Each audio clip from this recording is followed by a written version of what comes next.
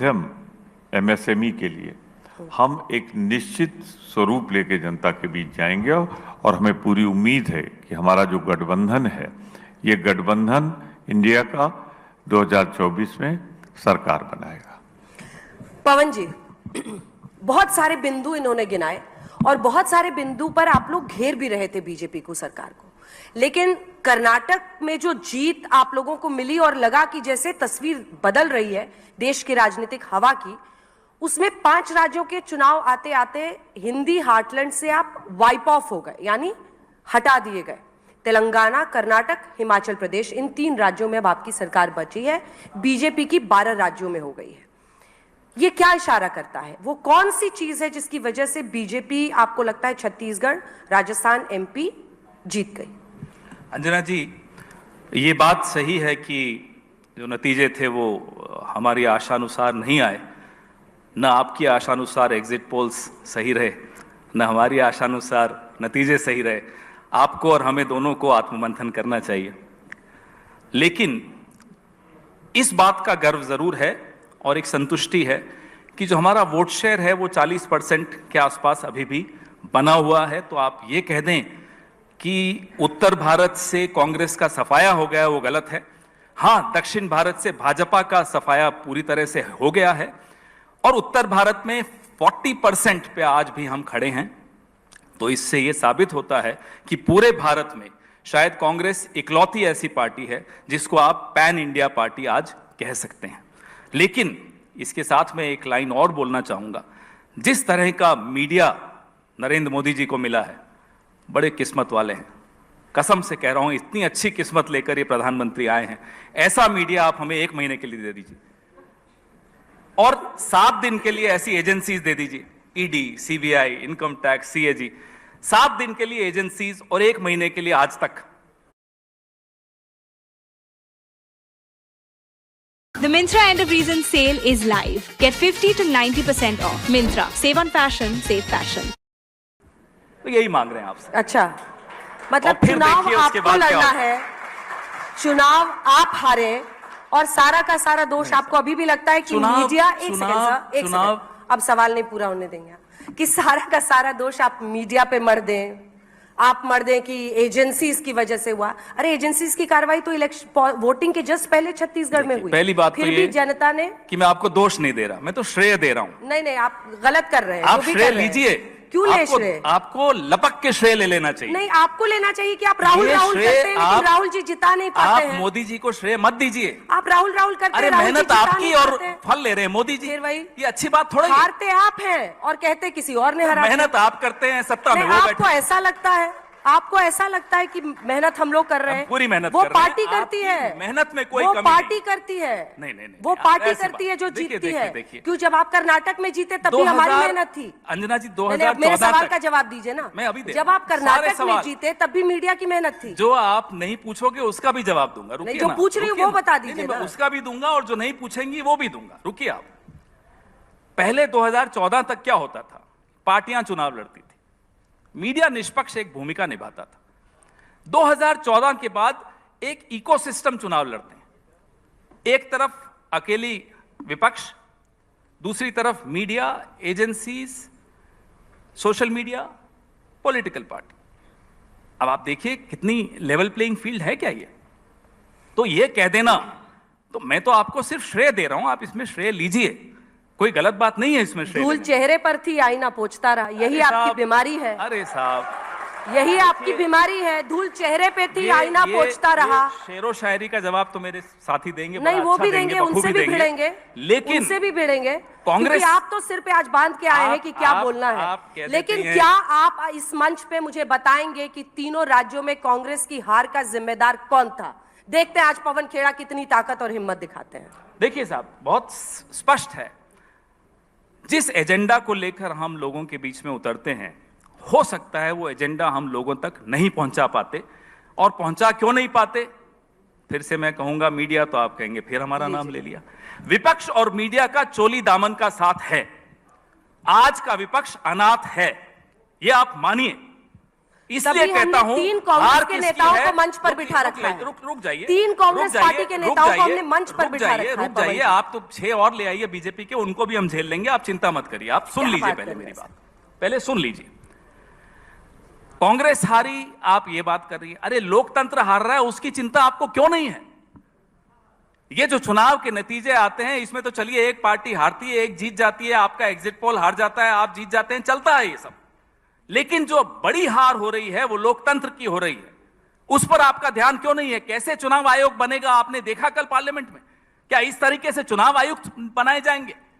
अगर ये कांग्रेस सरकार के दौरान होता तो आज नेशन विद अन्ना करके अंजना ओम कश्यप सुबह से रात तक चैनल पे चलाती और सड़क पर अन्ना हजारे आ जाते। क्यों नहीं आते अन्ना हजारे? क्यों नहीं चलाती अंजना ओम कश्यप? बताइए मुझे जरा। ये स्थिति है आज इस देश की, इससे आप कब तक बच सकते हैं? अकेला अनाथ विपक्ष लड़ रहा है और हमें गर्व है कि हम लड़ रहे हैं और लड़ते रहेंगे, मरने के दम तक लड़ते रहेंगे। अरे सर, हारे या जीते लड़ेंगे। नाखून कटा के शहीद मत बनिए बेवजह की। कर्नाटक आप जीतते हैं, कर्नाटक जीतते हैं तो हम लोग आप ही का गुणगान गाते हैं। जरा सा और नाखून कहते हैं आप कि भी कटा कांग्रेस- लीजिए ना, अरे सर, जरा सा नाखून आप भी कटा लीजिए, देखिए कांग्रेस- लोकतंत्र में रक्त कैसे बहेगा। अरे सर, लोकतंत्र लोकतंत्र में की- की हत्या हो रही है और आपको यहाँ ये मजाक सूझ रहा है? नहीं नहीं, आप मजाक कर रहे हैं क्योंकि नहीं, आप नहीं, सारा हम का मजाक सारा नहीं कर रहे अंजना जी, सारा हम तो onus कह रहे किसी और पे डाल हैं रहे थोड़ा हैं। नाखून आप भी कटा लीजिए। दो फिर स्पीकर देखिए और क्या हैं, होता है। इनको भी थोड़ा मौका दे दीजिए पवन जी। आज तो पवन जी आवेश में, और अच्छी बात है लोकतंत्र में जब विपक्ष की ताकत हम लोग देखते हैं आवाज में। 3 नेताओं को हमने इसीलिए मंच दिया है क्योंकि आप लोग ये चाहते थे कि आपस में ही आप लोग आए और बात करें। लेकिन कर्नाटक आप जीतते हैं तब लोकतंत्र की हार नहीं होती है, आप हिमाचल जीतते हैं तो लोकतंत्र की हार नहीं होती है, वहां आपको ईवीएम नहीं जिताता है। लेकिन अन्य राज्यों में जरा कन्हैया जी नहीं, आपने ऐसी अरे टिप्पणी कन्हैया की, जी की आपने सारी ऐसी टिप्पणी की। जब हम कर्नाटक जीतते हैं, भाजपा कर्नाटक हारती है, तो किसकी हार होती है? नहीं साहब, तब मोदी जी की हार नहीं होती। तब अंजना जी के मुंह पर ऐसे शिकन्ने आ जाती है जब उनको कहते हैं मोदी जी हार गए। नहीं साहब, मोदी जी नहीं हारे, पवन जी, कर्नाटक के मुख्यमंत्री हारे हैं। पवन जी एक सेकंड नहीं, एक सेकंड, नहीं, एक सेकंड आप आपको सुनना होगा क्योंकि आप ये नहीं, ये स्टेज आप हाईजैक नहीं कर सकते। I'm sorry, नहीं, आप हाईजैक कर रहे हैं, आप हाईजैक कर रहे हैं क्योंकि वहां पर मुख्यमंत्री के चेहरे पर बीजेपी चुनाव लड़ी थी। शाम को कहते हैं कि मुख्यमंत्री के चेहरे पर चुनाव लड़ी हार जाती है कन्हैया जी, माइक उठा लोकसभा में कोई असर नहीं कन्हैया जी, माइक पड़ेगा। उठा जब लीजिए। असली रिजल्ट आता है तो कहते हैं साहब आज अच्छा हुआ, लगता है पवन जी को बाकी चैनलों पे मौका मिल नहीं रहा है, तभी माइक नहीं छोड़ रहे हैं यहाँ पे। अच्छी बात है, तो आप मौका लेकिन दे पवन रही जी हैं। अरे अपनी कभी तो आवाज विपक्ष को इतनी भी मौका मजबूत दीजिए। करिए कि जनता आपकी बातों को समझे, उसके बाद स्वीकारे भी। हमारी खाली बातें- यहाँ पर आकर सोच रहे हैं कि हमारी 4-5 अगर बैट बॉल आप खेल लूंगा तो अगर कुछ नहीं मीडिया होगा। हस्तक्षेप बंद कर दे तो जनता हमारी बात कोई सुनने को तैयार है। हस्तक्षेप नहीं करता है। आप नहीं सुनने ये दे रही। साक्षी है कि 3 यहाँ पर कांग्रेस के नेता बैठे हैं, प्रमोद तिवारी अरे जी और आप ये कन्हैया जी बार-बार को आप तीन बोलने दिन नहीं क्यों दे रहे करती हैं। हम इंतजार करते, ले आइए 6 भाजपा वालों को, चलिए आप लाइए। कन्हैया जी को बोलने नहीं दे रहे हैं, आज आप ही ने उनकी बोली बंद कर दी है। बाबा आप बोलिए। कन्हैया जी, कर्नाटका में जिन गारंटीज पर कांग्रेस पार्टी को इतनी बड़ी जीत मिली, जिसकी चर्चा हुई, और वहां से विद इन इंडिया गठबंधन भी कांग्रेस का कद बढ़ा क्योंकि उसके बाद बेंगलुरु में सबसे बड़ा आयोजन किया गया इंडिया गठबंधन के साथियों का। ये कांग्रेस की जो गारंटीज थी कर्नाटक में, वो मोदी की गारंटी कब बन गई, क्यों बन गई और कैसे सफल हो गई 3 राज्यों में? पहले तो अंजना जी आपका बहुत शुक्रिया और आज तक की पूरी टीम को आपका कि भी। आप लोग ये अच्छा प्रोग्राम कराते हैं। और मैं स्वागत करता हूं हमारे पार्टी के दोनों वरिष्ठ नेता का और सभी आपके दर्शकों का। आपके प्रश्न का जवाब मैं दूंगा। सबसे पहली बात तो ये कि आप बार बार ये कह रहे हैं कि हमने कांग्रेस पार्टी के 3 नेताओं को बुलाया है, तो अब 3 बुलाएं, 6 बुलाएं, 60 बुलाएं, लेकिन अगर हम एक पार्टी के नेता हैं तो हम सबसे एक ही सवाल पूछा जाएगा। ऐसा तो होगा नहीं कि पवन जी से अलग सवाल पूछा जाएगा, हमसे अलग सवाल पूछा जाएगा, और हमारा जवाब भी एक ही होगा अगर हम एक पार्टी के हैं तो। और दूसरी बात, आपने कहा कि मीडिया पे दोष मत मढ़िए, बिल्कुल ठीक बात है। आज तक तो हम लोग यही पढ़े थे कि मीडिया लोकतंत्र का चौथा स्तंभ है और मीडिया अक्सर विपक्ष के साथ होता है, कोई सवाल जो है वो सत्ता से पूछता है। मुझे इस पे कोई गिला शिकवा नहीं है, क्योंकि आपने एक शायरी पढ़ी थी तो हम भी एक पढ़ देते हैं आपके लिए कि हमने इस दौर के अंदाज निराले देखे, फैसला कत्ल का कातिल के हवाले देखे। तो कोई बात नहीं है, ये वक्त की बात है और बिल्कुल आप पे कोई दोषारोपण नहीं है, गिला शिकवा नहीं है। और आपने कहा कि कांग्रेस पार्टी हार गए, आप बीच में ये भी कहा आपने कि राहुल गांधी हार गए। कांग्रेस पार्टी हारे, राहुल गांधी हारे हैं, ये दो अलग अलग चीज़ नहीं है, ये एक ही बात है। पार्टी की जीत में राहुल जी की जीत है और पार्टी के हार में राहुल जी की हार है। राहुल जी की जीत से जो है पार्टी की जीत जुड़ी हुई है, ये अलग अलग चीज़ नहीं है। और इस बात में कोई दो राय नहीं है कि संख्या बल के हिसाब से हम देखें तो परिणाम जो है हमारे पक्ष में नहीं है। और आपने बिल्कुल सही आंकड़ा दिया है कि जो हिंदी पट्टी है उसके ज़्यादातर राज्यों में बीजेपी की सरकार है, बिल्कुल ठीक बात है, फैक्ट है। सवाल ये है कि इस देश में भारतीय राष्ट्रीय कांग्रेस एक पार्टी है जो कई सालों तक सत्ता में थी, सरकार में थी, उससे पहले जो है आज़ादी के आंदोलन में हिस्सा ली, देश को आज़ादी दिलाई, और अभी विपक्ष में है। ये एक स्वाभाविक प्रक्रिया है, जो खेलता है तो कोई हारता है, कोई जीतता है, इसमें कोई दुर्भावना वाली बात नहीं है। लेकिन मैं आपको इन सब चीज़ों के अलावा विशेष रूप से इस बात का धन्यवाद देना चाहता हूं कि आप गारंटी शब्द लेकर के आए।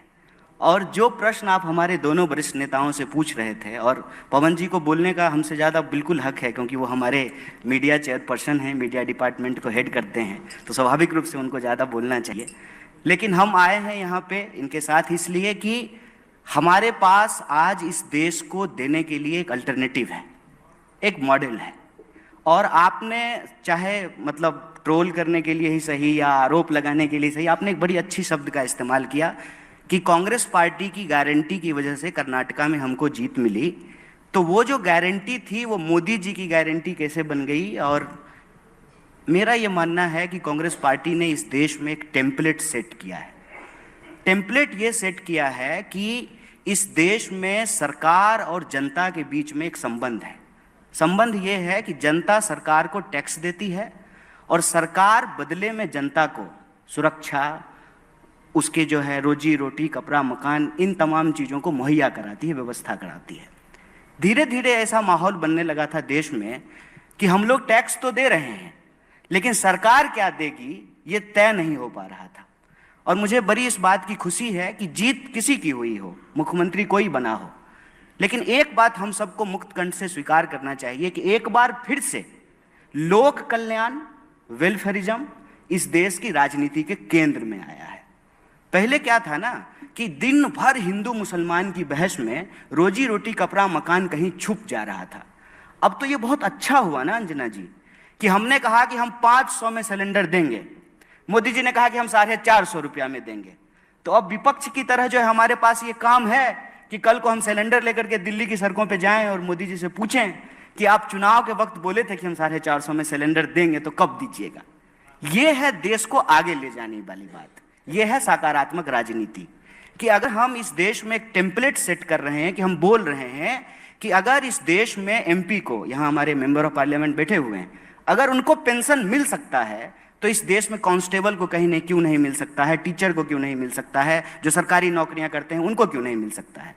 अब ये टेम्पलेट सेट हो रहा है कि हम कह रहे हैं कि अगर आप इस देश के बड़े कॉर्पोरेट का कर्जा माफ कर सकते हैं, 10,60,000 करोड़ रुपया आपने माफ किया है, और आपने किसान निधि के तहत 2,60,000 रुपया किसानों को दिया है, तो ये बेईमानी क्यों? देश के मुट्ठी भर जो है उद्योगपतियों को, व्यापारियों को आप 10,60,000 करोड़ रुपया दे रहे हैं और देश के किसानों को मात्र 2,60,000 करोड़।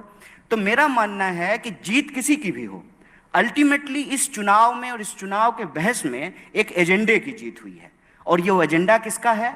वो एजेंडा है सरकार के तौर पे आपकी जिम्मेवारी क्या है, जनता के तौर पे किसकी भागीदारी हो रही है और किसकी भागीदारी नहीं हो रही है। महिलाओं को चाहे डायरेक्ट कैश ट्रांसफर हो, उनका खाता खुलना हो, सबको पक्का मकान दिलाना हो, 5 किलो अनाज हो, तो ये तो पुराने नेता हैं कांग्रेस के, आपको बताएंगे। इसमें से कोई ऐसी योजना नहीं है जिसकी नींव कांग्रेस पार्टी के द्वारा नहीं रखी गई। इंदिरा आवास योजना के तहत गरीबों का पक्का मकान बनाया जाता था, पीडीएस सिस्टम के तहत जो है गरीबों को जो है अनाज दिया जाता था, और डायरेक्ट कैश ट्रांसफर करने के लिए इस देश में आधार की योजना लाई गई। पहली बार ऐसा हुआ कि बायलेटरल एंट्री से कांग्रेस पार्टी एक ब्यूरोक्रेसी का सिस्टम लेके आई कि हम आधार कार्ड बनवाएंगे, सबका खाता खुलवाएंगे और डायरेक्ट कैश ट्रांसफर करेंगे। और मैं आपको याद दिला दूं कि 2019 में कांग्रेस पार्टी का जो एजेंडा था उसमें राहुल जी ने बार बार एक योजना की बात की थी, उन्होंने न्याय की बात की थी कि पूरी दुनिया में जब यूनिवर्सल इनकम की बात हो रही है, अगर हम ये कह रहे हैं कि दुनिया के में भारत जो है फास्टेस्ट ग्रोइंग इकोनॉमी है, 5 ट्रिलियन की इकोनॉमी हम बन जाएंगे, तो फिर हमको ये देखना पड़ेगा कि धन का बंटवारा क्या है। जैसे अगर हम ये देखेंगे ना, अगर हम आज तक चला रहे हैं मान लीजिए, या ललन टॉप चला रहे हैं, तो अंजना जी को कितना सैलरी मिल रहा है, और अंजना जी का दफ्तर साफ करने वाला जो स्वीपर है उसको कितनी सैलरी मिल रहा है। एक अंजना जी की सैलरी में कितने ड्राइवरों को सैलरी मिल सकता है। ये जो धन का बंटवारा है ये देखना पड़ेगा, क्योंकि आंकड़ा ये कहता है कि इस देश में 1% लोगों के पास 99% प्रॉपर्टी अकोमुलेट हो गई है। तो 99% जो लोग हैं उनके पास जो है दोबारा रोजी के लिए, रोजगार के लिए, शिक्षा के लिए, कपड़े के लिए, उनके बच्चों के जो है भविष्य के लिए सरकार क्या उपलब्ध कराएगी। और मैं बहुत खुश हूं इस बात से, चुनावी परिणाम जो भी हो, कि एजेंडा कांग्रेस पार्टी का जीता है। और आप जान लीजिए कि जाति जनगणना का प्रश्न जो कांग्रेस पार्टी उठाई, उसमें किसी जाति को किसी जाति से लड़ाने का सवाल नहीं है, सबकी भागीदारी सुनिश्चित करने का सवाल है। आपका छीन करके किसी को नहीं दे देना है, लेकिन जिसको नहीं मिल पा रहा है वेल्थ का रीडिस्ट्रीब्यूशन कैसे करेंगे, ये सारे एजेंडे राजनीति में आए हैं। देश के नौजवान इस पे बात कर रहे हैं, और विपक्ष ने जो यह सवाल उठाया, जो गारंटी की बात की, फ्री बिजली देंगे, महिलाओं को फ्री बस यात्रा कराएंगे, 500 रुपए में सिलेंडर देंगे, डायरेक्ट कैश ट्रांसफर करेंगे, किसानों का कर्जा माफ करेंगे, जो लोन लेकर के स्टूडेंट पढ़े हैं उनका लोन कम करेंगे, रोजगार की गारंटी करेंगे, यूनिवर्सल इनकम के आधार पर न्याय योजना लेकर के आएंगे। इन सवालों से ये हुआ है कि मोदी जी को भी राजस्थान में कन्हैया लाल करते करते ये कहना पड़ा कि हम 450 में सिलेंडर देंगे। और जब एक बार मोदी जी ने कह दिया, तो जो सवाल पूछ रहे थे प्रमोद जी, वो सवाल अब हम भी पूछ सकते हैं फिर से, कि आपने तो कहा था कि हम 15 लाख आपके खाते में पहुंचाएंगे, हर साल 2 करोड़ नौकरी देंगे, आपने कहा था कि 2022 तक पक्का मकान बना देंगे, बुलेट ट्रेन कब चलेगा। तो देश के लोगों का सवाल राजनीति के केंद्र में रहेगा। और हमारा मानना है कि इस परिणाम को ऐसे देखना चाहिए कि कांग्रेस पार्टी ने जो टेम्पलेट सेट किया है इस देश में वेलफेयरिज्म का, भागीदारी का, सबके न्याय का, उसकी जीत हुई है।